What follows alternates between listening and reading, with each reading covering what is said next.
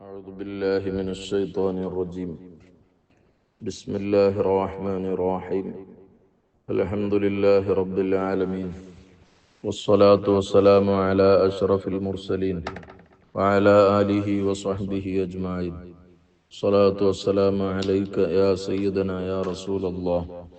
اللهم رب يسر ولا تعسر، رب زدنا علما وحلما وفهما وعقلا وأدبا وحفظا وورعا وإيمانا كاملا. رب تمم بالخير والسعادة إنك على كل شيء قدير. اللهم اغفر لنا ولوالدينا ولمشايخنا ولأساتذتنا ولتلاميذنا ولأزواجنا ولأولادنا ولأحبابنا ولجميع أمة سيدنا محمد صلى الله عليه وسلم، لا سيما لمصنف هذا الكتاب ولجميع المصنفين والشارحين والمحشين من أهل السنة والجماعة. نعم. രണ്ടാം ഷാഫിഈ എന്നറിയപ്പെടുന്ന അഖ്താബുമാരിൽപ്പെട്ട ധാരാളം ഗ്രന്ഥങ്ങൾക്ക്, വലിയ വലിയ ബൃഹത്തായ മിൻഹാജ് പോലെയുള്ള ഗ്രന്ഥങ്ങൾക്ക് ജന്മം നൽകിയ ഇമാമുൻ നവവി റളിയല്ലാഹു അൻഹു ക്രോഡീകരിച്ച അൽ അർബഈൻ അൻ-നവവിയ്യ,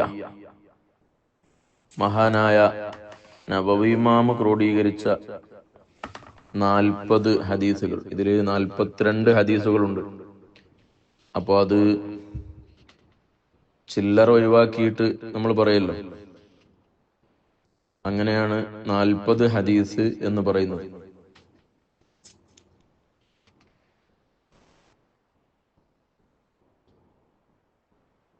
നാൽപ്പത് ഹദീസുകൾ പഠിച്ചാൽ വലിയ മഹത്വമുണ്ട് ഇൻഷാ അല്ലാഹ്. ഇന്ന് നമ്മൾ അർബഈന ഹദീസ് എന്ന ഈ കിതാബിന് തുടക്കം കുറിക്കുകയാണ്. ഇന്ന് തിങ്കളാഴ്ചയാണ്. മുത്തനബി സല്ലല്ലാഹു അലൈഹി വസല്ലം തങ്ങളോട് തിങ്കളാഴ്ച നോമ്പ് സുന്നത്താകാനുള്ള കാരണം ചോദിച്ചപ്പോൾ, തിങ്കളാഴ്ച ഇപ്പം എന്താ ഒരു പ്രത്യേകമായ നോമ്പ്? ഫീഹി വുലിത്തു, അന്ന് ഞാൻ ജനിച്ചു, അന്നാണ് എൻ്റെ ജന്മദിനം എന്ന് നബി സല്ലല്ലാഹു അലൈഹി വസല്ലം തങ്ങൾ പറഞ്ഞു. അപ്പോ തിങ്കളാഴ്ചക്ക് പല മഹത്വങ്ങളും ഉണ്ട്. മുത്തനബി സല്ലല്ലാഹു അലൈഹി വസല്ലം തങ്ങളെ ജന്മദിനം കൊണ്ട് അനുഗ്രഹീതമായ, അതിനുവേണ്ടി അള്ളാഹു തെരഞ്ഞെടുത്ത ദിവസത്തിൽ അവിടുത്തെ ഹദീസുകൾ ചർച്ച ചെയ്യാൻ ആ ദിവസം നമ്മൾ തെരഞ്ഞെടുത്തു. അത് ഈ ദിവസത്തിന്റെ ബറക്കത്ത് നമുക്ക് ലഭിക്കാനും കൂടിയാണ്. അള്ളാഹു ബറക്കത്ത് ചെയ്യുമാറാവട്ടെ. 40 ഹദീസ് പഠിക്കുന്നതിന് വലിയ മഹത്വമുണ്ട്. ബഹുമാനപ്പെട്ട നവവി ഇമാം തങ്ങളുടെ അർബഈന ഹദീസ് എന്ന ഈ ഗ്രന്ഥത്തിന്റെ ആമുഖം മുഖദ്ദിമത്തുൽ ഇമാമിൻ നവവി. ആ ആമുഖത്തിൽ മഹാനവറുകൾ ഹംദും സ്വലാത്തുമെല്ലാം ചൊല്ലിയതിന്റെ ശേഷം പറയുന്നുണ്ട്, ഫഖദ് റുവീന അൻ അലി ഇബ്നു അബീ ത്വാലിബ്. അബൂ ത്വാലിബ്, അലി ഇബ്നു അബീ ത്വാലിബ് തങ്ങൾ, അതായത് അലിയാര്, അവരെ തൊട്ട് റിപ്പോർട്ട് ചെയ്യപ്പെട്ടിട്ടുണ്ട്. അബ്ദുല്ലാഹി ഇബ്നു മസ്ഊദ്, അബ്ദുല്ലാഹി ഇബ്നു മസ്ഊദ് തങ്ങളെ തൊട്ട് റിപ്പോർട്ട് ചെയ്യപ്പെട്ടിട്ടുണ്ട്. മുആദ് ഇബ്നു ജബൽ, മുആദ് ഇബ്നു ജബൽ തങ്ങളെ തൊട്ട് റിപ്പോർട്ട് ചെയ്യപ്പെട്ടിട്ടുണ്ട്. അബൂദർദാ, അബൂദർദാ റളിയല്ലാഹു അൻഹു തൊട്ട് റിപ്പോർട്ട് ചെയ്യപ്പെട്ടിട്ടുണ്ട്. വബ്നു ഉമർ, ഉമർ അള്ളാഹുവിന്റെ മകൻ, അതായത് അബ്ദുല്ലാഹി ഇബ്നു ഉമർ, അവരെ തൊട്ട് റിപ്പോർട്ട് ചെയ്യപ്പെട്ടിട്ടുണ്ട്. വബ്നു അബ്ബാസ്, അബ്ബാസ് തങ്ങളെ മോന്, അതായത് അബ്ദുല്ലാഹി ഇബ്നു അബ്ബാസ് തങ്ങളെ തൊട്ട് റിപ്പോർട്ട് ചെയ്യപ്പെട്ടിട്ടുണ്ട്. അനസ് ഇബ്നു മാലിക്, സല്ലല്ലാഹു അലൈഹി വസല്ലം തങ്ങൾക്ക് 10 കൊല്ലം ഖിദ്മ ചെയ്ത അനസ് ഇബ്നു മാലിക്, ഉണ്ടോ എത്ര പ്രമുഖരായ സ്വഹാബികൾ.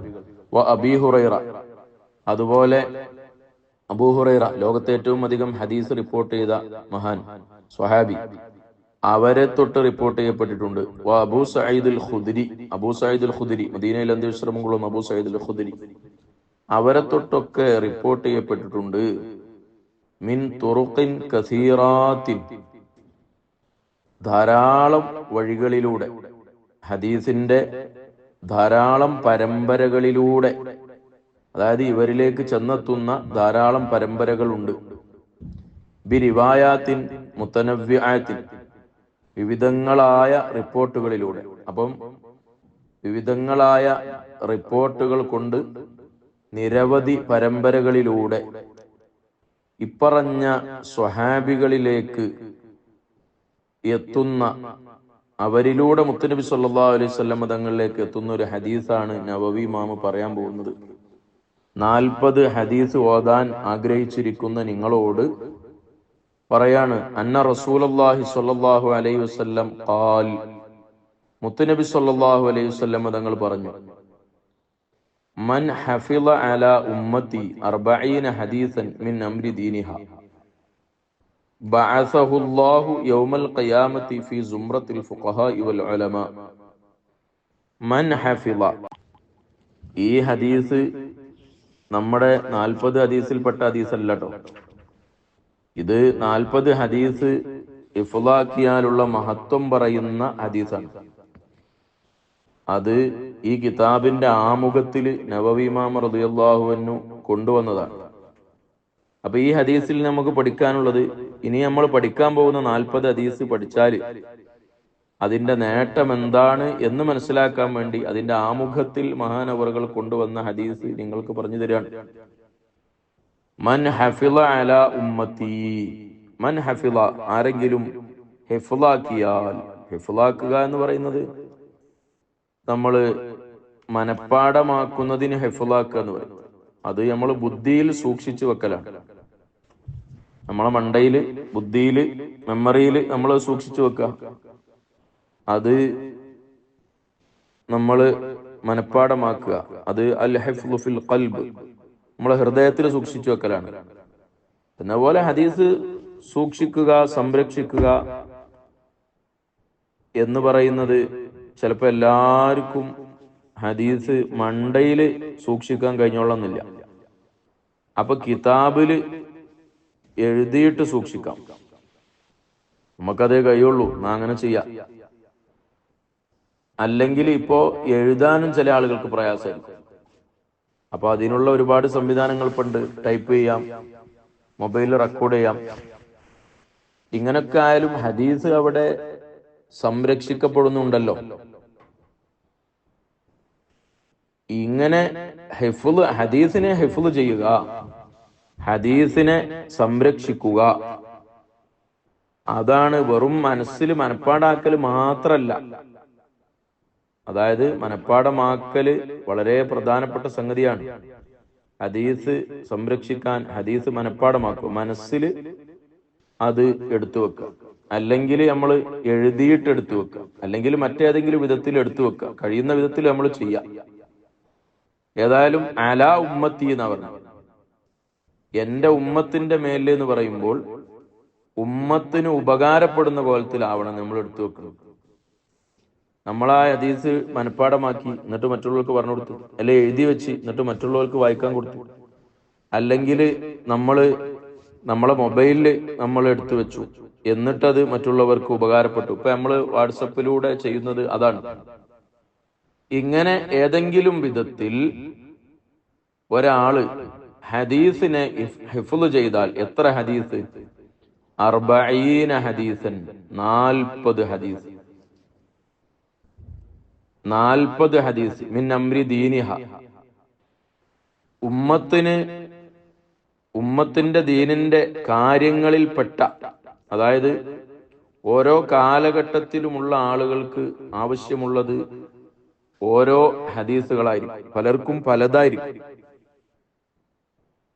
അപ്പോ ഉമ്മത്തിന് ഉപകാരപ്പെടുന്ന വിധത്തിലുള്ള അവരുടെ വിഷയ സംബന്ധിയായ അവർക്ക് പ്രയോജനപ്പെടുന്ന 40 ഹദീസ് നമ്മൾ സംരക്ഷിച്ചു. എന്നിട്ട് അത് അവർക്ക് ഉപകാരപ്പെടുന്ന കോലത്തിൽ നമ്മളാക്കി. ചുരുക്കത്തിൽ മൻ ഹഫിള അലാ ഉമ്മത്തി 40 ഹദീസൻ മിൻ അംരി ദീനിഹ, ഈ ഉമ്മത്തിന് ഉപകാരപ്പെടുന്ന വിധത്തിൽ ഒരാള് 40 ഹദീസ് ഹിഫ്ളാക്കുകയാണെങ്കിൽ ബഅസഹുല്ലാഹു യൗമൽ ഖിയാമ, അന്ത്യദിനത്തിൽ അള്ളാഹു അയാളെ പുനർജനിപ്പിക്കുന്നതാണ്. അതായത് മരിച്ച് എണീറ്റ് വരുമ്പം, മുഅ്മിനീങ്ങളാണെങ്കിൽ അൽഹംദുലില്ലാഹ് എന്ന് പറഞ്ഞ് എണീറ്റ് വരുന്നല്ലേ. അങ്ങനെ ഒരാൾ എണീറ്റ് വരുമ്പോൾ, പുനർജനിക്കുമ്പോൾ അയാൾ അല്ലാഹു തആല പുനർജനിപ്പിക്കുക ഫി സുംറത്തിൽ ഫുഖഹാഇ വൽ ഉലമാഇ, മഹാന്മാരായ പണ്ഡിതന്മാരുടെ കൂട്ടത്തിലായിരിക്കും അയാൾ ഉണ്ടാവുക. ഈ ഹദീസ് ബൈഹഖി ഇമാം റിപ്പോർട്ട് ചെയ്തിട്ടുണ്ട്. ഇബ്നു അസാക്കിർ റളിയല്ലാഹു അൻഹു വിവിധങ്ങളായ വഴിയിലൂടെ ഈ ഹദീസ് കൊണ്ടുവന്നിട്ടുണ്ട്. ഇരിക്കട്ടെ. അപ്പോ 40 ഹദീസ് ഇഫ്ലാക്കിയാൽ പുനർജനിക്കുന്ന സമയത്ത് ഫുഖഹാക്കൾ, ഉലമാക്കൾ അവരോട് കൂടെ ഇയാൾക്ക് എഴുന്നേറ്റ് വരാൻ കഴിയും. അല്ലാതെ ഫിറോന്റെയും ഖാറൂന്റെയും ഒന്നും കൂട്ടത്തിലാവൂല.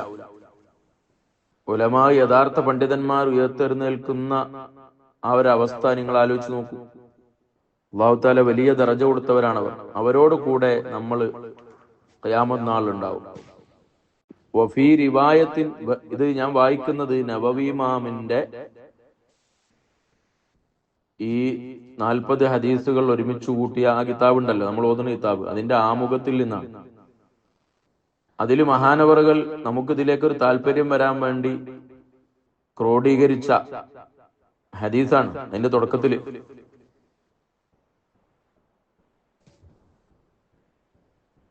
മറ്റൊരു റിപ്പോർട്ടിലുള്ളത് ബഅസഹുല്ലാഹു ഫഖീഹൻ ആലിമൻ,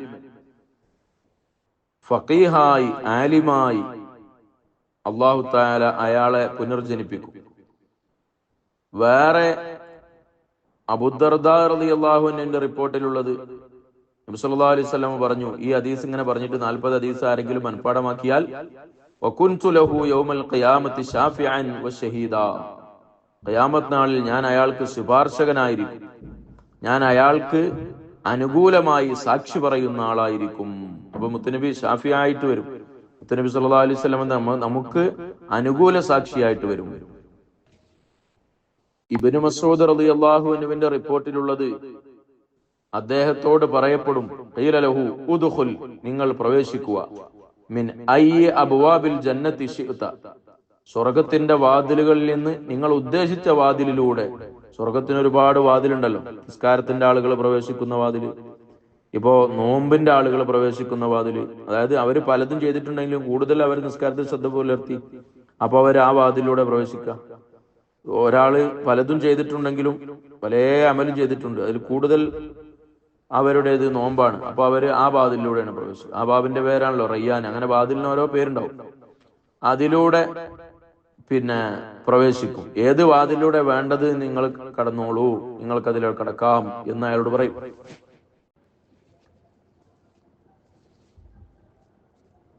വഫീ റിവായത്തി ഇബ്നു ഉമർ, ഇബ്നു ഉമർ റളിയല്ലാഹു അൻഹു, നമ്മളെ ഉമർ ഇബ്നുൽ ഖത്താബ് തങ്ങളെ മോനാണ്, മുത്തബിഉസ് സുന്ന. നമ്മുടെ തൻഈമിലാണ് ഉംറക്ക് വന്നവരുണ്ടല്ലോ ഈ കൂട്ടത്തിൽ. തൻഈമിന്റെ പരിസരത്ത് അവർ അന്ത്യവിശ്രമം കൊള്ളുന്നു. ഇതിൽ പറഞ്ഞ മഹാന്മാരെ കുറിച്ചൊക്കെ ഇൻഷാ അല്ലാഹ് നമുക്ക് പിന്നെ പറയാം. അപ്പൊ ഇബ്നു ഉമർ റളിയല്ലാഹു അൻഹുവിന്റെ റിപ്പോർട്ടിലുണ്ട്, കുൻതു ഫീ സുംറത്ത് കുതിബ ഫീ സുംറത്തിൽ ഉലമാഇ വഹുശിറ ഫി ശുഹദാഇ, ഉലമാഇന്റെ കൂട്ടത്തിലാണ്, ആ ടീമിലാണ് ഇവരെ പേര് എഴുതപ്പെടുക. എന്നിട്ട് അവർ ശുഹദാക്കളുടെ കൂട്ടത്തിൽ അവര് ഒരുമിച്ച് കൂട്ടപ്പെടും. അതാണ് അവരെ മഹത്വം. ഏതായാലും ധാരാളം വഴികളിലൂടെ ഈ ഹദീസ് വന്നതുകൊണ്ട് ഇനി ആ ഹദീസ് ലഈഫായ, ദുർബലമായ പരമ്പരയിലൂടെയാണ് റിപ്പോർട്ട് ചെയ്യപ്പെട്ടത് എങ്കിലും, അതായത് ഹദീസിന്റെ സനദ് ലഈഫാണെങ്കിലും കസറത്തു തുറക്ക് കൊണ്ട് ധാരാളം വഴികളിലൂടെ ഈ പറഞ്ഞ 40 ഹദീസിന്റെ മനഃപ്പാടമാക്കുന്നതിന്റെ മഹത്വം പറയുന്ന ഹദീസ് വന്നതുകൊണ്ട് ആ ഹദീസ് അതിന് വലിയ പവറാണ്. അത് സ്വഹീഹായ ഹദീസിന്റെ സ്ഥാനത്താണ്. ഇനി അല്ല, ആ ഹദീസ് ലഈഫാണ് എന്ന് നമ്മൾ സമ്മതിക്കുക. ചില ആളുകൾ പറയാണ് ഈ ഹദീസ് ലഈഫാണ്. അങ്ങനെ സമ്മതിച്ചാൽ തന്നെയും വിശ്വാസപരമായ കാര്യങ്ങളിൽ, അതുപോലെ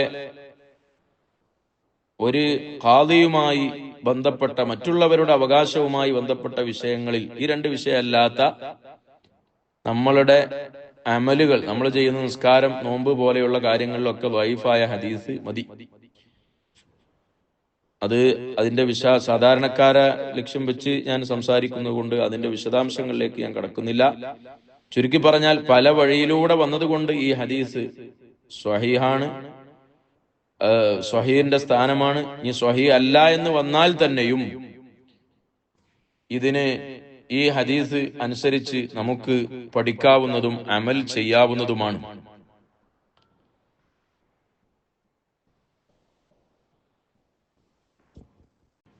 അപ്പോ ഈ 40 ഹദീസ് ഹിഫ്ള് ചെയ്താൽ നമ്മൾ ഹൃദയസ്ഥമാക്കുക, അതാണ് നമ്മുടെ ഹൃദയത്തിൽ ഹിഫ്ള് ചെയ്യുക എന്ന് പറഞ്ഞാൽ. ഒരാൾ അങ്ങനെ ഹൃദയസ്ഥമാക്കി, അത് ഏറ്റവും വലിയ പ്രതിഫലാർഹമായ ഇപ്പറഞ്ഞ മഹത്വം കിട്ടാൻ കാരണമാകുന്ന അമലാണത്. അങ്ങനെ ഒരാൾ ഹൃദയസ്ഥമാക്കി. അല്ലെങ്കിൽ കണ്ടില്ലേ, മഹാന്മാർ, എത്ര മഹാന്മാരാണ് 40 ഹദീസ് ക്രോഡീകരിച്ചത്. സുബ്ഹാനല്ലാഹ്. ആദ്യമായി നബവി ഇമാം റളിയല്ലാഹു അൻഹു പറയാണ്, ധാരാളം പണ്ഡിതന്മാർ എണ്ണമറ്റ ഗ്രന്ഥങ്ങൾ 40 ഹദീസ് ക്രോഡീകരിച്ചിട്ട് അവരിങ്ങനെ എഴുതിയിട്ടുണ്ട്. 40 ഹദീസ് ഒരു കിതാബാക്കി, പിന്നെ 40 ഹദീസ് ഒരു കിതാബാക്കി. അങ്ങനെ അതിൽ ആദ്യമായി ആ അമല് ചെയ്തത് അബ്ദുല്ലാഹി ഇബ്നുൽ മുബാറക് റളിയല്ലാഹു അൻഹു ആണ്. പിന്നെ മുഹമ്മദ് ഇബ്നു അസ്ലം തൂസി അൽ ആലിമുർ റബ്ബാനി മഹാനവറുകളാണ്. പിന്നെ ബഹുമാനപ്പെട്ട അൽ ഹസൻ ഇബ്നു സുഫിയാനുൻ നസായി, പിന്നെ അബൂബക്കർ അൽ ആജുരി, അബൂബക്കർ മുഹമ്മദ് ഇബ്നു ഇബ്രാഹിം അൽ അസ്ഫഹാനി, ദാറുഖുത്നി, ഹാക്കിം, അബൂ നുഐം, അബൂ അബ്ദുറഹ്മാൻ സുലമി, അബൂ സഈദ് അൽ മാലിനി, അബൂ ഉസ്മാൻ സ്വാബൂനി, അബ്ദുല്ലാഹി ഇബ്നു മുഹമ്മദ് അൽ അൻസ്വാരി, അബൂബക്കർ അൽ ബൈഹഖി, ഇങ്ങനെ തുടങ്ങി എണ്ണമറ്റ മഹാന്മാർ 40 ഹദീസുകൾ ക്രോഡീകരിച്ചവരാണ്. അപ്പൊ അതൊരു വലിയ അമലാണ്. 40 ഹദീസ് ക്രോഡീകരിക്കാൻ 40 ഹദീസ് മനപ്പാടാക്കുന്ന മാത്രമല്ല, അവർക്ക് ലക്ഷക്കണക്കിന് ഹദീസ് മനപ്പാടുണ്ടാവും. എന്നാലും അവര് 40 ഹദീസ് മാത്രം, അത് ചിലപ്പോ ഒരു വിഷയത്തിലായിരിക്കും. ഉദാഹരണം, നിസ്കാരത്തെ കുറിച്ചൊരു 40 ഹദീസ് ക്രോഡീകരിച്ചു, ഹജ്ജിനെ കുറിച്ചൊരു 40 ഹദീസ് ക്രോഡീകരിച്ചു, സകാത്തിനെ കുറിച്ചൊരു 40 ഹദീസ് ക്രോഡീകരിച്ചു. ഇങ്ങനെ വിവിധങ്ങളായ വിഷയങ്ങളിൽ 40 ഹദീസ് ക്രോഡീകരിച്ചു. അല്ലെങ്കിൽ എല്ലാ വിഷയത്തിനും പറ്റുന്ന 40 ഹദീസ് ക്രോഡീകരിച്ചു, നബവി ഇമാം റളിയല്ലാഹു അൻഹു ചെയ്തതുപോലെ. അപ്പോ ഇങ്ങനെ ക്രോഡീകരിച്ചവർ, അപ്പൊ അതൊരു വലിയ അമലായത് കൊണ്ടാണ് നമ്മുടെ മുൻഗാമികൾ അങ്ങനെ ചെയ്യാനുള്ള കാരണം. അല്ലാഹു തആല നമ്മളെയും അവരെ കൂട്ടത്തിൽ ഉൾപ്പെടുത്തി അനുഗ്രഹിക്കുമാറാവട്ടെ. ഇങ്ങനെ വിവിധങ്ങളായ വിഷയങ്ങളെ ഉൾക്കൊള്ളുന്ന വിധത്തിൽ 40 ഹദീസുകളെ, അല്ലെങ്കിൽ 42 ഹദീസ് ഇമാം നബവി റളിയല്ലാഹു തആല അൻഹു ക്രോഡീകരിച്ചു. അതാണ് നബവി ഇമാമിന്റെ 40 ഹദീസ്. അതിലുള്ള ഓരോ ഹദീസുകളും നമ്മുടെ ദീനിന്റെ പൊതു നിയമങ്ങളിൽപ്പെട്ടതാണ്. അതായത് ഒരുപാട് വിഷയങ്ങളിലേക്ക്, അതിൽ പല ഹദീസുകളും ഇസ്ലാമിന്റെ അടിത്തറയായ ഹദീസുകളാണ്. അല്ലെങ്കിൽ നിസ്ഫുൽ ഇസ്ലാം, ഇസ്ലാമിന്റെ പകുതി എന്ന് പറയാൻ പറ്റുന്ന, ഔസുലുസു, അല്ലെങ്കിൽ ഇസ്ലാമിന്റെ 1/3, ഒന്നുകിൽ ഇസ്ലാമിന്റെ അടിത്തറ എന്ന് പറയാൻ പറ്റുന്നത്, അല്ലെങ്കിൽ ഇസ്ലാമിന്റെ പകുതി, അല്ലെങ്കിൽ ഇസ്ലാമിന്റെ 1/3, ഇങ്ങനെയൊക്കെ പറയാൻ പറ്റുന്ന ജവാമിഉൽ കലിമായ എല്ലാ ആശയങ്ങളെയും ഉൾക്കൊള്ളിക്കുന്ന ഹദീസുകൾ. ആ ഹദീസുകളിൽ നിന്ന് 42 ഹദീസിനെ ഇമാം നവവി റളിയല്ലാഹു അൻഹു തെരഞ്ഞെടുത്തു. അപ്പൊ നമ്മൾ ഈ ഹദീസ് പഠിക്കുന്നതിൽ ഒരു വിഷയം മാത്രമല്ല ഉണ്ടാകുക, ഒരുപാട് വിഷയങ്ങളെ ഉൾക്കൊള്ളുന്ന, വിശദീകരിച്ചാൽ തീരാത്ത, നമ്മൾ പറഞ്ഞു തീർക്കാൻ സാധ്യമല്ലാത്ത അത്ര വിശദീകരണങ്ങളുള്ള ഹദീസുകളാണ്. അപ്പോ എനിക്കറിയാവുന്ന ഒരു വിശദീകരണം ഞാൻ പറഞ്ഞു, വേറൊരു പണ്ഡിതന്റെ മുമ്പിൽ നിങ്ങൾ ഇരിക്കുമ്പോൾ അവര് വേറെ വിശദീകരണം പറഞ്ഞു, വേറൊരു പണ്ഡിതന്റെ മുമ്പിൽ ഇരിക്കുമ്പോൾ വേറെ വിശദീകരണം പറഞ്ഞു. അങ്ങനെ വിശദീകരിച്ച് എത്ര ആളുകൾ വിശദീകരിച്ചാലും, എത്ര വിധത്തിൽ അതിനെ വിശദീകരിച്ചാലും തീരാത്ത ജവാമിഉൽ കലിമായ വിവിധ വിഷയങ്ങളിലുള്ള 42 ഹദീസുകളാണ് നബവി ഇമാം റളിയല്ലാഹു അൻഹു ഈ കിതാബിൽ കൊണ്ടുവന്നിരിക്കുന്നത്. അതിലെ അധികവും ബുഖാരിയിലും മുസ്ലിമിലും ഉള്ളതാണ്. ഈ ജവാമിഉൽ കലിമായ അൽ അഹാദീസുൽ കുല്ലിയ എന്ന് പറയാൻ പറ്റുന്ന ഈ ഹദീസുകൾ, ഇത് അധികവും ബുഖാരി ഇമാം നബവി ഇമാം റളിയല്ലാഹു അൻഹു കൊണ്ടുവന്ന ഈ ഹദീസ് അധികവും ബുഖാരിയിലുള്ളതാണ്, അതുപോലെ മുസ്ലിമിലുമുള്ളതാണ്. അധികവും അങ്ങനെയാണ്. പിന്നെ ഏതായാലും ഇതിൽ കൊണ്ടുവന്ന, ഇനി നമ്മൾ പഠിക്കാൻ പോകുന്ന 42 ഹദീസ്, ആ 40 മുഴുവൻ സ്വഹീഹായ ഹദീസുകളാണ്. അതിൽ ഭൂരിഭാഗവും ബുഖാരിയിലും മുസ്ലിമിലും ഉള്ളതാണ് ഇൻഷാ അല്ലാഹ്. അപ്പോ നമ്മൾ പഠിക്കാൻ പോകുന്ന 40 ഹദീസിന്റെ മഹത്വം എന്താ? 40 ഹദീസ് മനപ്പാടാക്കിയുള്ള മഹത്വം എന്താ? 40 ഹദീസ് എഴുതി വെച്ചാലുള്ള മഹത്വം എന്താ? 40 ഹദീസ് മറ്റുള്ളവർക്ക് പറഞ്ഞു കൊടുത്താലുള്ള മഹത്വം എന്താണ്? ഇങ്ങനെ ഹദീസിനെ സംരക്ഷിക്കുക എന്ന ഒരു ലക്ഷ്യത്തോടുകൂടെ ഇത് പഠിച്ച് ഓതി പൂർത്തിയാക്കാൻ അല്ലാഹു തആല നമുക്കെല്ലാം തൗഫീഖ് നൽകുമാറാവട്ടെ. ആമീൻ യാ റബ്ബൽ ആലമീൻ.